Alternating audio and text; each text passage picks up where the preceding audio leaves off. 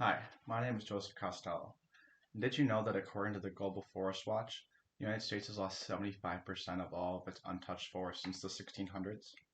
Today I'm going to talk about why we need to preserve our national parks, through how bad is it, why do we need to act, some solutions we need to strive to see, and then three, how can we really accomplish those solutions? So actions have consequences, and our actions as humans in United States have really given us some consequences for our national parks. I'd like to start off by talking about the Willow Project. The Willow Project is a project that will take place in Alaska, and it'll take over 13 million acres. That's 3% of all Alaska, and Alaska takes up 17% of the United States land. 69,000 of that will also be taken from national forests, according to the AP News Corporation.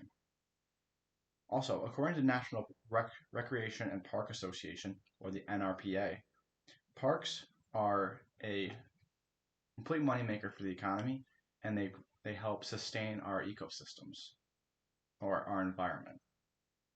So they also help with flooding, runoff, and they keep our water clean, and they keep our air clean. They keep us getting fresh air.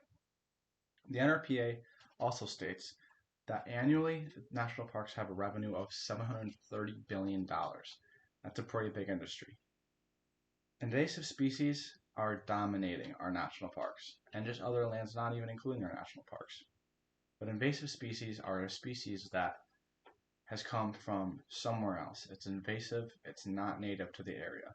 And typically, they won't be marked invasive unless they cause damage to the environment or the ecosystem in an area, such as plants taking over a field that once was bright red flowers or something that we need for our ecosystem, for our environment, or a certain type of snake that kills all the rats so the hawks, etc., can't get that food.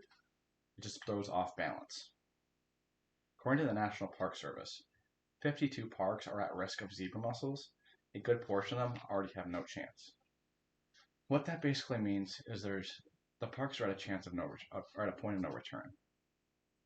The waters have been infested so much with zebra mussels that they're killing off they're taking all the food, all the mitochondria in the water. They're eating all of that. So everything else doesn't get food and they'll eventually die off. Exotic plants themselves take up 1.4 million acres in our national parks. And that's not including any other land around or any land in general. It's just 1.4 million in the national parks, and that's a very large number. You can go to the next slide. Excuse me. We need to protect our land for generations to come. Now, this is a solution that we really need to strive for. Growing up, I always had the dream of going to Alaska, seeing the wildlife, camping for a week or two, and just being by myself or with my family or loved ones. We need to keep that motivation for our generations to come. I want them to be able to have that getaway. We all need to have that. That's humanity. We need to eliminate and control invasive species. As I stated, they are very damaging to environments and they can completely wipe out ecosystems.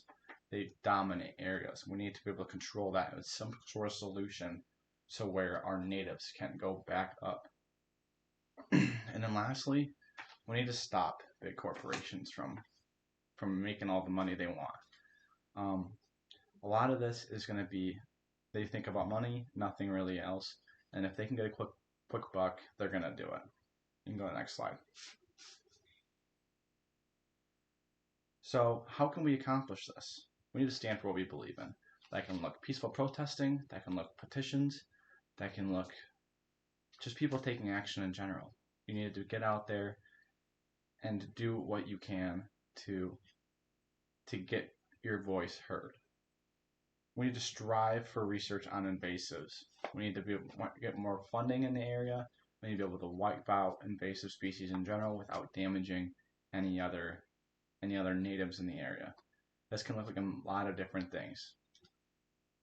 We need to get better as humans. We need to get more humanity in us again.